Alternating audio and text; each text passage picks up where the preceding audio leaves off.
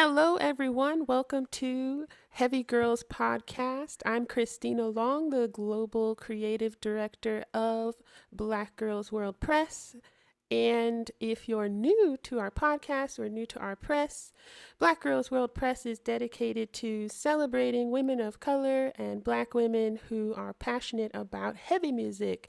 That includes hardcore, metal, post-hardcore, mathcore, and all the things therein. We are really excited today to have the organizers of Furnace Fest with us. All right. Hi, I'm Courtney Long, senior editor of BlkGrlsWurld on the mic. So happy to be here with the Furnace Fest organizers. If you guys want to introduce yourselves real quick. Yeah, I want to steal all Johnny's thunder. My name's Johnny Grimes, and my name's Chad, and I started Furnace Fest 20 years ago, and I feel really honored to be here and sharing the journey. Thanks for having us. Thank you. Yeah, and my name's Johnny Grimes. I am one of the partners with Furnace Fest. Attended all 4 years in the early 2000s, and one of 4 guys who are helping put it on this year. Awesome. Thank you so much. So I'm going to jump into some of my questions, which are, I would say, specific to the history of this scene. I'm somebody who, I'm going to age myself, but I'm definitely someone who started college in 2005. And so the bands of the early 2000s were really pivotal to, the kind of metal I was getting into, even if it was metalcore, or frankly, I felt like there was heavy music coming out at that time that might not have had a genre yet. I didn't know what to call it. And one of my favorite bands of all time to this day is still From Autumn to Ashes. And seeing some of these old recordings that I would find at that time period on YouTube of these bands at Furnace Fest and other places where it seemed like, as musicians, these bands were seeing each other for the first time, right? Seeing what some of the other bands were putting out and how it was impacting the crowd. So I guess my first question to the two of you is, do you feel like you've seen or witnessed yourselves the impact that these Furnace Fest events have had on the music community? Wow, that's a loaded question. Great question. Yeah. Johnny, do you want to take a stab, or do you want me to give it my best? Yeah, I'll follow up. Okay. I mean, yeah, it's it's kind of funny to think back about college starting in 2005, because in 2005 I was, to age myself, let's see, my family was living in Seattle. I was working for a record company there, and that was, I want to say, maybe the year after Underoath had released their Only Chasing Safety, which was one of the records that I had the joy of working on. And I mean, that whole, like, I feel like that was 2005 was kind of like, in my mind anyway, the year that whole metalcore thing was so big. And I still remember there is a Haste the Day From Autumn to Ashes split 7-inch record that I don't know who, I can't remember who released it, but I just remember having one and just thinking, like, man, like this, it just feels like these bands are taking off and everybody's into this, and like this is the thing. And so it's really weird to kind of fast forward 16 years and realize that we're talking about From Autumn to Ashes again, and all the bands like them, and just getting really, really excited to see them in 2 weeks. So I definitely think that yeah, those bands in that time had a huge impact on the scene. Yeah, so to follow up with that, I think actually Furnace Fest was fairly pivotal, at least for the scene in the Southeast. And so there really wasn't anything like that, especially in this area. But I guess you could make the argument really nationally, kind of really DIY hardcore punk festival. And I mean, there were other pretty big metal festivals and things like that, but nothing really like this. That really, as well, that combined kind of these two different viewpoints in the world. So, in the late 90s and early 2000s, Christian punk and hardcore and metalcore was really blowing up. And so Furnace Fest was really pivotal in bringing really these two different viewpoints to the same music festival. And so I've told the story quite a few times. I've known Chad for 100 years. I think we met when I was 15 years old, and I was going to his record shop buying CDs, like MXPX CDs and all these other CDs. And then he opened a music venue called Slacker 66 in Birmingham. Who is your favorite metalcore band to play Slacker 66? I mean, Underoath, their early stuff was really some of my favorite. Yeah, some of my favorite metalcore stuff.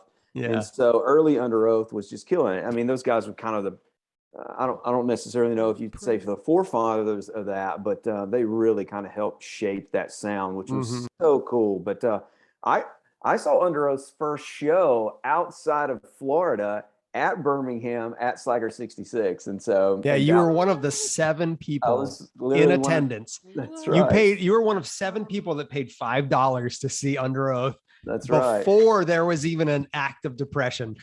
Yeah, that's right. And I remember exactly what Dallas was wearing. He had this, because I remember it was like hot, and he had this white sweater on. And I was like, why is this guy wearing a sweater in this really hot, steamy warehouse? But do you remember that he would do this thing where he would like jump and like level out his body and just fall? He would, I mean, it's like he would just jump and go like perpendicular with the ground and then just drop. Yeah. And the whole stage would be like, poof, like you could, it was like, that's got to be so painful. What's wrong with you? They played all out, no matter if there was 7 kids or 700 kids.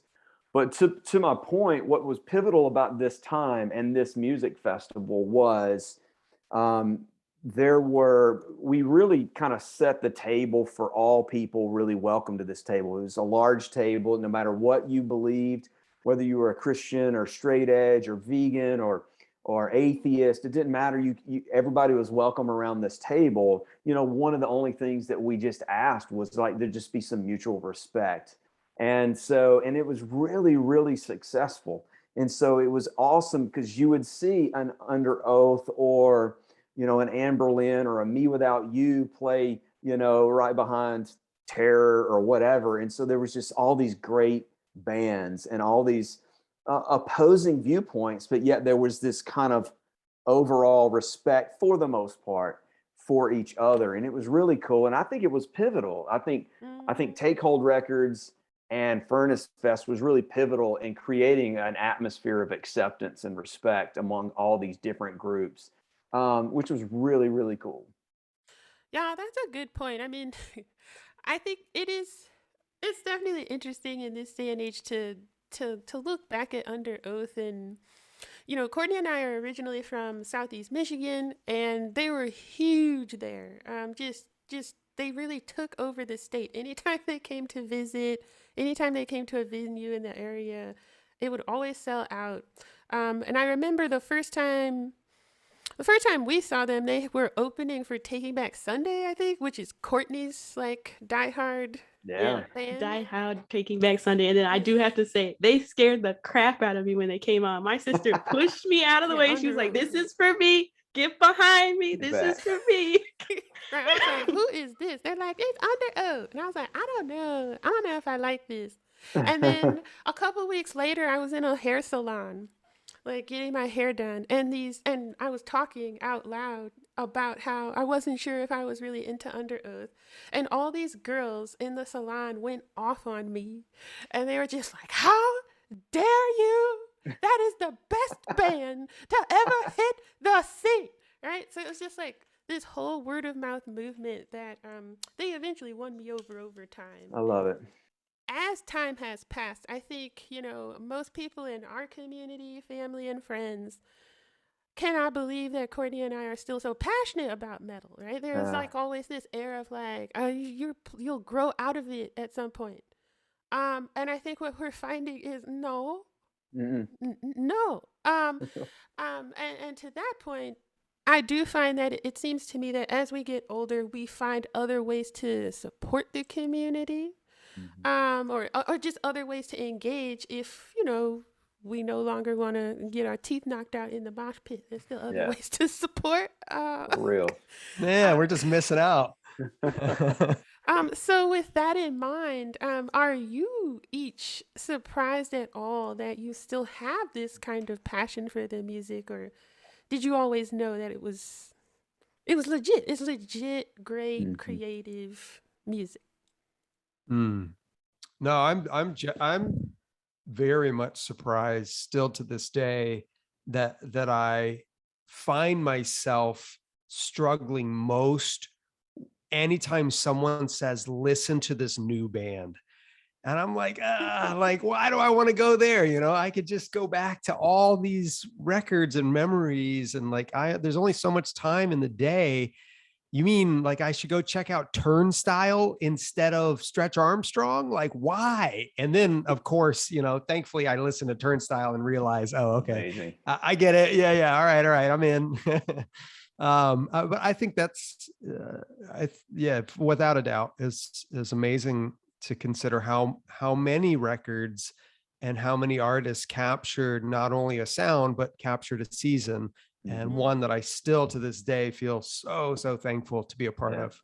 Yeah. Well, for me, I'm not surprised at all because, and not to sound like, not to Like a sound, douche. yeah, like a douche, but for me, I I love the scene. I love the culture. I loved everything about punk rock, and I loved everything about hardcore.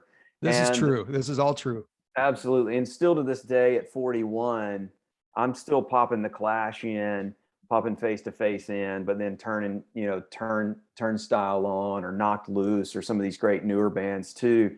And it's because I love the music. So I'm like the dad in the minivan, true story, with my 3 kids, like blaring hardcore. And my kids in the back, my son, he's 13, he's a skater kid, but he's in right now into right now is hip hop. So he's just got his earbuds in, but my little girls are back there rocking out. They love it. And so, but for me, it's very much a lifestyle. I loved it. I love the community. I love the fact that there were just all these weird people there, and Yes. I fit right in. And so it was very much a community and a family to me. But man, the music was just a cherry on top for that. And so I love it. Still listen to it. My wife still listens to it as well. So it's about the music, but I think more importantly, it's about the community, and it's about that family atmosphere that you get within hardcore Hmm. and punk rock. Yeah, I definitely agree. I think Courtney and I have definitely worn our parents down over the years where, we've just blasted so much stuff in the house over time that finally, like when I come to visit now, they're just like, "Where's that the song you used to play from System of a Down or something? Was it? Why don't you put that on or something? I don't mind. I don't mind." I love that. That's It's incredible, just like man. cool. Um, And so that's from people that listen to like Luther Vandross, Anita Baker, Aretha Come on. Franklin. Come on. So they're really expanding their musical horizons by Yeah. giving you grace to yeah, we put on wore them something heavy. down. And Mhm. Courtney, you took our mother to Riot Fest in Chicago at one point, right? Come on. Yes. That's cool. Oh, how did she fare? How did that work out? Well, she was like excited to support me. She's like, "Oh, we're going to a festival together." But I think I talked about it in another podcast. She asked me for the address, and as soon as we turned in there, she's like, "Humboldt Park, that's the hood." She grew up in the hood, so she's like, "Cabrini Green, like we going back there, Courtney? We going back there?" Like, so she was scared, clutching her purse, going, I went to Wow. the suburbs. Okay, Yeah. I got Good out. grief. So there was that, but she had a couple pina coladas and the coconut, so she Yeah. was fine. She She's thought it was good. great. Yeah, That's she had a amazing. great That's so time. fun. Wow. And I liked what you were saying, Chad, about perhaps already having a set list of bands that you already know you love. I think that's what I see when I see the lineup for Furnace Fest, where Here in New York City, there's always some new music act, but like, what's actually going to get me to take 2 subway trains across town is like, Norma Jean. I Yeah. already know All it's a right. good time. Yeah. And Yeah. we just, Totally. And that, yeah. And I think that's when we, you know, when Johnny first, I mean, really all of Furnace Fest happening this year is 100% Johnny Grimes's fault. So if it goes wonderfully well, then we can applaud Johnny forever. If it, you know, if anyone doesn't like anything about it, then you can blame Johnny. Email me. Yeah. Just email Johnny at furnacefest.com. But the to me, I think that what was so cool is that when Johnny first approached me, well, this time there's been several times Johnny had approached me with the idea, but this time for the 20th anniversary was just like, I think how much I was kind of feeling the nostalgia bug for some of these bands, and just like dude, it's been 20 years since this happened, at least originally. And it's been like, in the case of Beloved, like when Johnny and I first started talking, it was like, what if our top 3 originally that he and I for sure agreed upon were Beloved, Stretch Armstrong, and Few Left Standing. Those were the 3 for us that were like, if those 3 would come back together and do this, then it really, like, everyone else would be icing on the cake. And I still am shocked when I'm working on little graphic things with our designer, or I'm doing something and I just see those 3 come up, and it's just like, oh, of course, like, you know, Beloved, Stretch Armstrong, you know, it's like, of course they're on it. You know, they've been confirmed for years, you know. But I think I don't know. It's like, I feel like I have to keep pinching myself every day.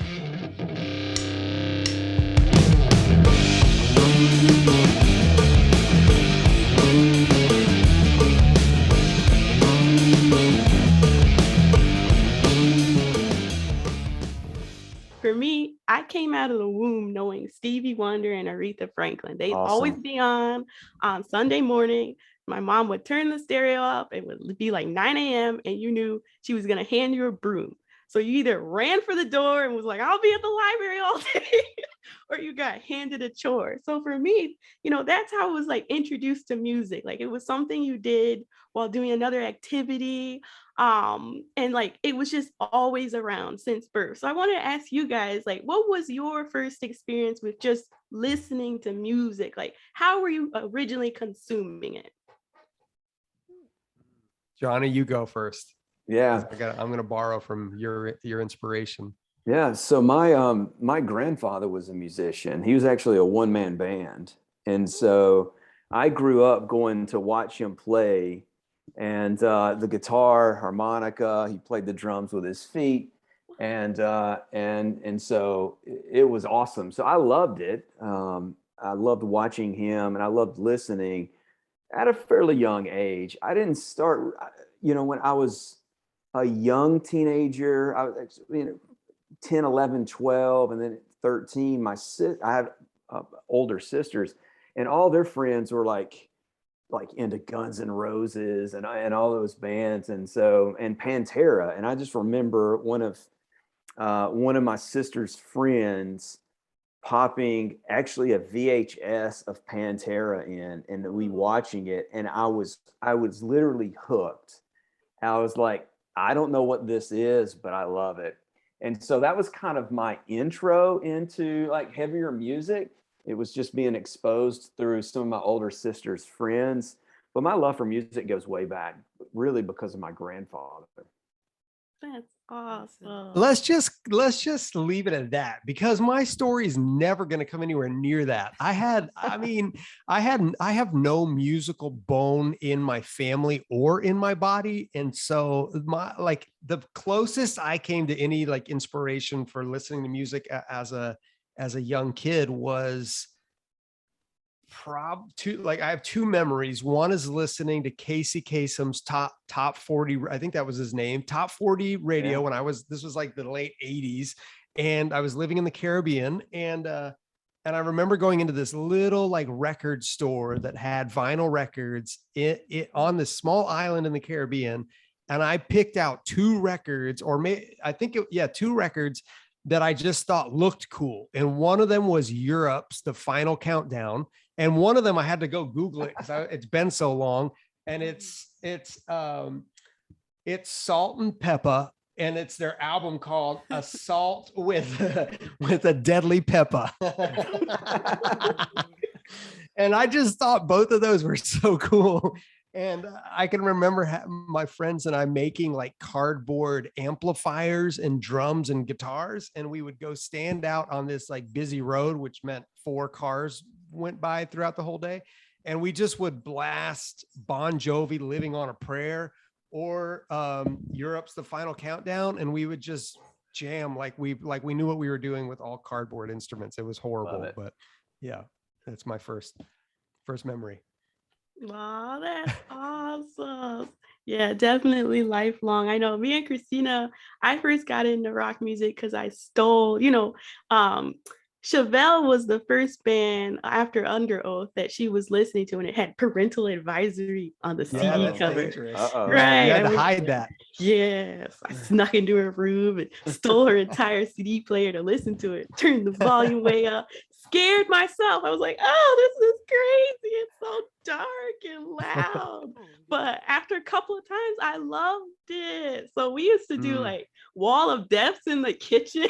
Come on. Mosh pits. Yeah, and to your point about sort of the Christian metal movement, I would say that was a big thing in our area. It was already on the radio, right? There was a Christian rock station, and I know there was one station where you could just tell the DJ just kept playing Red Hot Chili Peppers records on loop. Like just any given day, they would be like, oh, I don't know, Red Hot Chili Peppers. All right, let's go. Right, and it's just anytime you tuned in, that's what was playing. So yeah, I would say like we didn't really have to go looking for the metal. It was already a pretty big culture of it in our area. That's so Very cool. My son and I, by the way, are just crazy over the new Turnstile album, and we were like, this is a little bit like Red Hot Chili Peppers got together with like a modern day hardcore band and made a record. So, so I mean, that could be, completely off and just us, but it works for us anyway. I know DeafHeaven is playing at Furnace Fest, right? And they just got added. I saw them here a couple of years ago in New York City, and I wasn't familiar with them, and I was just like, oh my God, this feels like some kind of heavy Coldplay. You hear Coldplay? There's like some really happy moments, and there's some really dark moments. Yeah. On that note, what are some other bands, like up and coming bands, that you'd like to shout out that you think people should take a look at and give a chance to? For me, the 3 bands that I'm most excited to see that I haven't seen is Astronoid, which is this absolutely. Although I have seen them, but yeah, they're going to be incredible. They're incredible. I can't wait. Turnstile and Knocked Loose are kind of the 3 bands. Well, Knocked Loose and Turnstile have been bands, and I don't necessarily know how long Astronoid's been a band. They're all still fairly young, and so and I think actually all 3 of those bands are starting to hit their peak. They're starting to really find their identity and really carve out these new kind of sounds within the scene, which I think is amazing. And so those would be the 3 bands for me. Nice. Yeah, for me, I think it would be DeafHeaven, which we just talked about. I have seen Astronoid, so that's one that will be amazing, but maybe not my top 3 because I've seen them. I think Poison the Well, surprisingly, is a band that I don't believe I've ever actually seen before, which is kind of crazy, but somehow I don't think I have. And then who's gonna be without a doubt, Turnstile. How could it's like not even a question. So that was easy. Oh, how, man, I had to get all the way down there at the bottom of the flyer and like, wait, that's right. I will give you one other band that's a fairly new band, and they're absolutely insane. And I actually think that they're probably going to be the wildest set at Furnace Fest. It's End. So if you guys can catch End, those guys are amazing. They're super heavy, and so I'm excited to see those guys too. They're playing on Friday, so it's gonna be great watching those guys. Yeah, I think Courtney and I both have been saying Friday is standing out to us as far as Mhm. um our bread and butter, the things that we Yeah. like most. Even Zao, I think um I've heard recently, and of course I think what's interesting about this is it's nice to see everyone, all these bands in one place, because Hmm. I'd say a good handful of them on the roster are frequent like New York City East Coast performers, but then I Hmm. gather there's a whole nother set that might mainly tour on the West Coast and we don't see as Yeah. often, that kind of thing. So it seems like a really nice cross section of what's possible.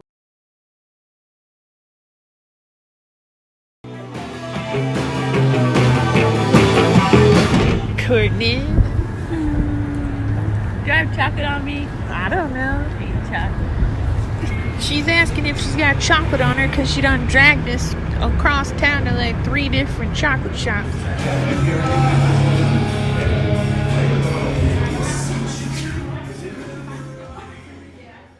What makes you fall in love with a new song? Is it the strum of the instruments or is it the words, like the power of the words? What draws you in first?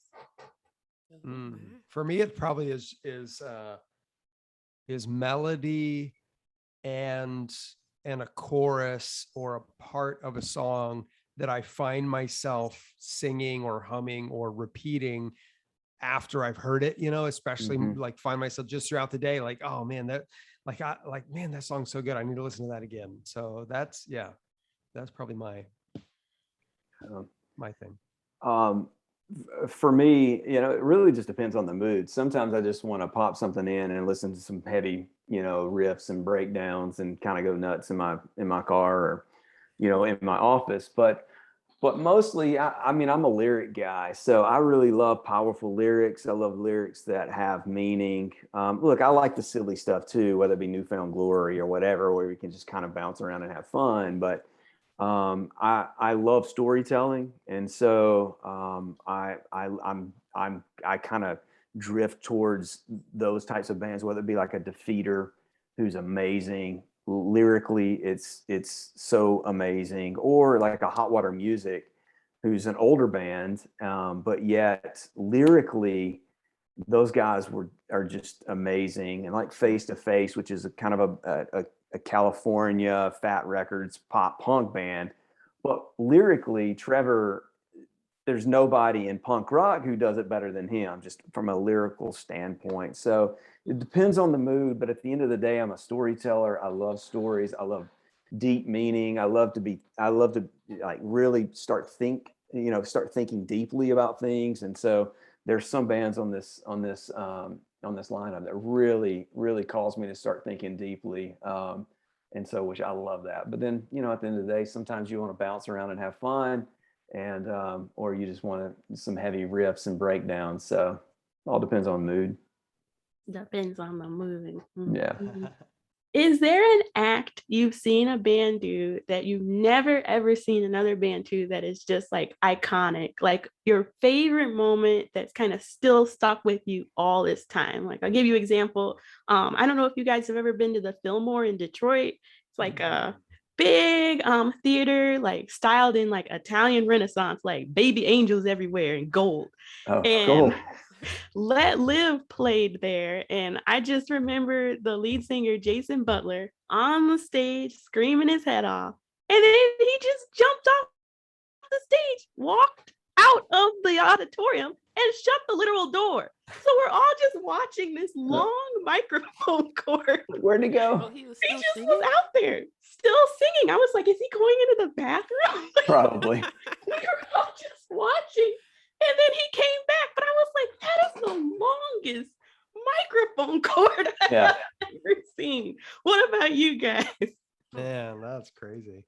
I think probably for both of us, I would guess is the first. Well, I think the first and only time that the Dillinger Escape Plan played Furnace Fest, and the singer threw one of those old school, heavy weighted down microphone stands as high into the air as he could. And I feel like he may have hit like, if he was a pole vaulter, I'm pretty sure the microphone stand went over the vault, and it almost hit one of our friends in the head. Like it felt like, I feel like about 12 inches from our friend's head.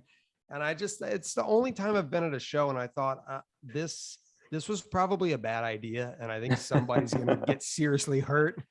That was one of the most amazing sets I've ever seen, because I mean, just people went crazy. I literally thought the place was going to come down. They were setting stuff on fire. He was climbing the lighting scaffolding, and it was wild. But another fairly memorable set was, well, it was actually Norma Jean's last show with kind of their original, lineup. And so it was insane, and nobody knew it was their last set. But looking back, you were like, oh, they definitely put on a show where you could tell that these guys kind of knew that this was the last time they were going to be playing together. And I remember Aaron from Me Without You did a song with them, and it was amazing. So Courtney, I've seen some pretty crazy stuff here in New York, and there's a big underground scene too where it's really experimental. I don't really hang in those spaces.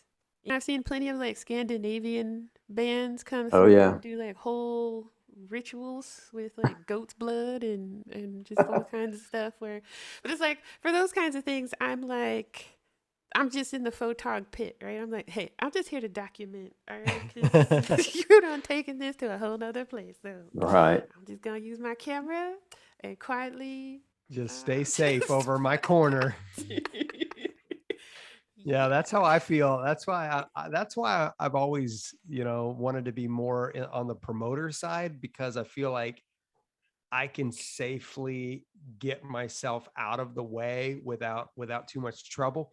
But yeah, it's going to be interesting because now everybody's old, so it's like back, 20 years ago, everyone was so excited and didn't care if they broke an ankle or something. Now it's like, oh, I gotta do this 3 days in a row. This conversation definitely has me nostalgic for metal shows in general. I mean, I haven't been to a show in a solid 2 years now. And like, I miss just going to a show locally as a metalhead, not punk. That's different. As a metalhead, being like very serious and kind of grouchy. Yeah. And standing with the rest of the metalheads in the back of a venue with our arms crossed, like super judgy, and trying to determine if like the band that's playing is worthy of our attention or not. And then, people are looking at each other like, do you like them? Do you like, oh, you don't like them. Okay, I don't like them. I don't like them. Yeah. That's we gonna wait amazing. for the next band. Right. You got to wait for the tastemaker to give you the nod, and then everybody's like, yeah. Who of the Furnace Fest lineup would you guys be most excited to see? I think for me, From Autumn to Ashes, I've never actually been to a show, but she played it all the time. So I'm like, I feel like I know all the songs, just don't know what they're called. And then Underoath, of course, because I felt like when they came back for their reunion tour, when they're like, we can't break up, we have to do it again.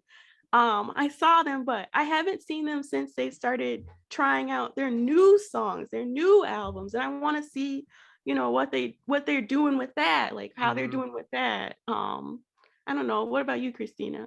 Definitely for me, the pull is From Autumn to Ashes, but I'd say it's like a lifelong search at this point because by the time I was old enough and had money and a car to go see them, they had already kind of disbanded or retired or what have you. And I'd say in the last sort of decade since I've lived out here in New York, I've caught them once where they came out from Long Island and did a show at St. Vitus. I'm really into just emotionally driven music. So one of my other genres of passion is actually classical opera. And, for me, it's all the same. So what I'm planning on doing this fall is just kind of starting off going back to shows that are basically at some of the classical institutions downtown, like Carnegie Hall, and then working my way to more metal shows. Wow, that's cool. What a great plan. She's got the opera glasses and everything. Youngest person there. Yeah, that's It's amazing. all the same to me. I mean, like, absolutely, I've seen things happen even at the opera where it's like, this is mosh pit worthy. Like, there's some crazy shit happening on stage right now. A person could dance to this. I'm also excited to see Everytime I Die and the Thursday band. Oh, I really like that Thursday came back. Furnace Fest just seems like such a reunion, like a family reunion of the band. So it's just really exciting to imagine them being able to get together, but also seeing them interact together again. Agreed. It is, that part is going to be, I don't know, so fun. We're just like that, like watching even a couple of those interactions, you know, where like bands haven't seen each other in so long. And because of COVID, obviously most of these bands have not been spending all their time on the road. So it's going to be wild. So Furnace Fest is taking place at Sloss Furnaces, or Sluice. We call it Sluice Furnaces. Yeah. For the 3-day weekend, September 24th to September 26th. And I've been looking at pictures because I've never been before, and it looks so cool, like really giving me steampunk vibes. Oh yeah. It's amazing. I mean, there could be cooler venues somewhere in the world, but I'm not sure that I've actually been to them. I just, Sloss is truly a unique, one of a kind, remarkable space. And it's really amazing that we're able to even do this at Sloss. Yeah. It's a national monument. It's amazing. It's a museum. It's an event space, and it's amazing. There's so much history there, and it is so unique, which makes it that even more cool. And so, yeah, it's one of the best music venues. And I live in Birmingham, and so we take great pride in it. Nice. Yeah, me and Christina, we did the BlkGrlsWurld, the first ever BlkGrlsWurld Fest in Philly, at the Museum of Contemporary Arts. And we, cool. you know, were kind of invited to do that because they were doing an art exhibit on women in punk. Nice. But, you know, that's one of the things where we're like, how do you choose a venue? Are you going for that emotional connection? Yeah, I feel like Sloss chose us because in Birmingham, it's such an obvious, not eyesore, but like just random, like, what is that place? Like, you drive by it all the time, and then you occasionally hear about there being concerts. So when we agreed that we wanted to do this again, to me, there was never a question of whether there was even another option for a venue. Like, if Sloss had not been available, it would be like, oh, I mean, maybe we could do Furnace Fest out in a field somewhere, but it just would not be the same at all. And everyone would be like, well, it was cool, but it just wasn't. Now it's like, yeah, this is what everybody remembers who would have ever been there. And so it's, I feel like the venue found us. What about Alabama? Because this would be our first time going to Alabama if we can make the time to go. I'm still in her ear. It looked really cool, Christina. The lineup looked really cool. But it'd be great. What would, like, you guys grew up in Birmingham, Alabama. What would you like to shout out about Birmingham in general? Like, why should people come here? What's cool about the city? Well, I'll take the lead on this one since I still live here. I grew up in Birmingham, and so I've seen Birmingham at its best. I've seen Birmingham at its worst, and Birmingham is such a beautifully unique city. And so, of course, we fully understand that there is so much stigma around the state of Alabama. And but what is amazing is when we have outsiders come in.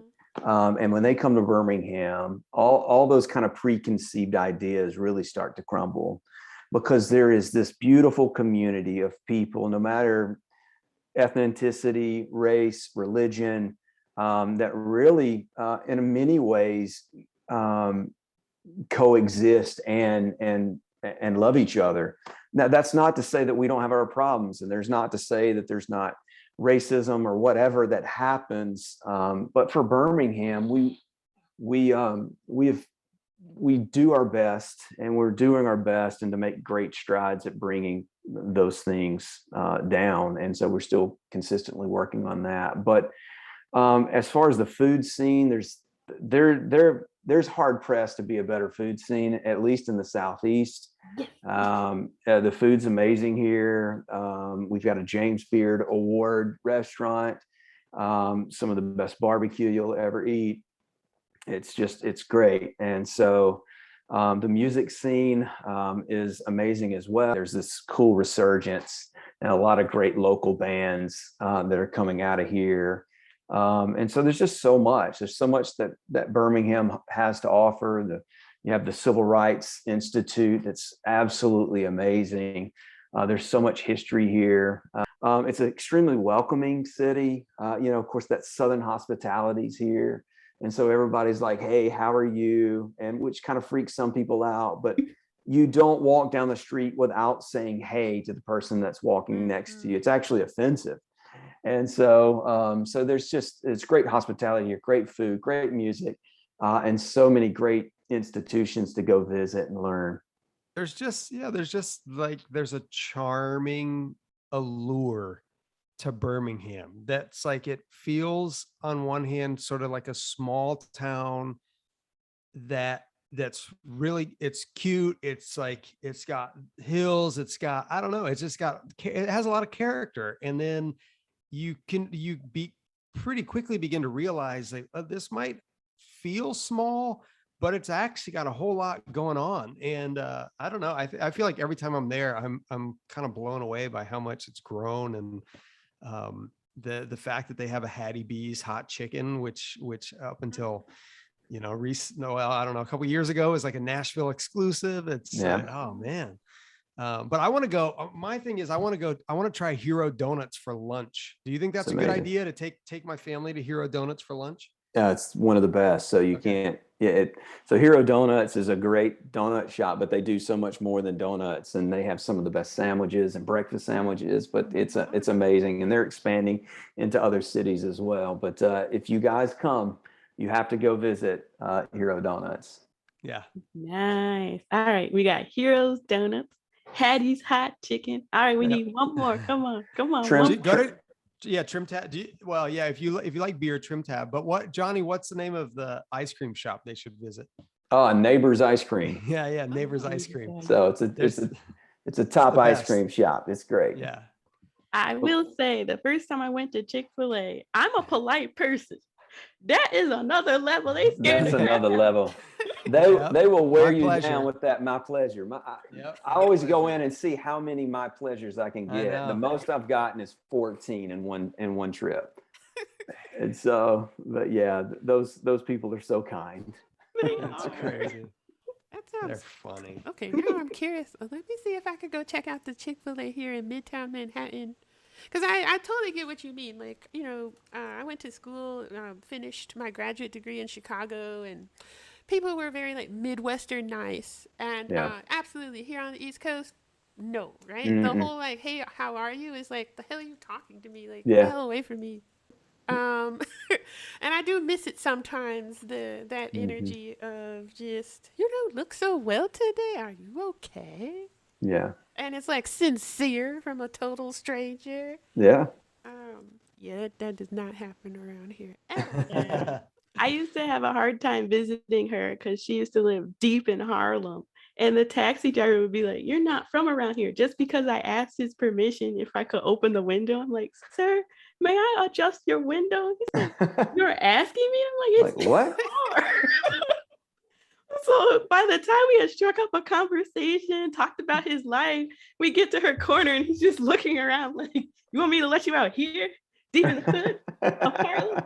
Can I call someone for you?" I'm like, it's an adjustment going up the East Coast. So I think Alabama would be cool. Yeah, it would. We have a large community of women who follow us and queer women who follow us, and it sounds like Alabama would be welcoming.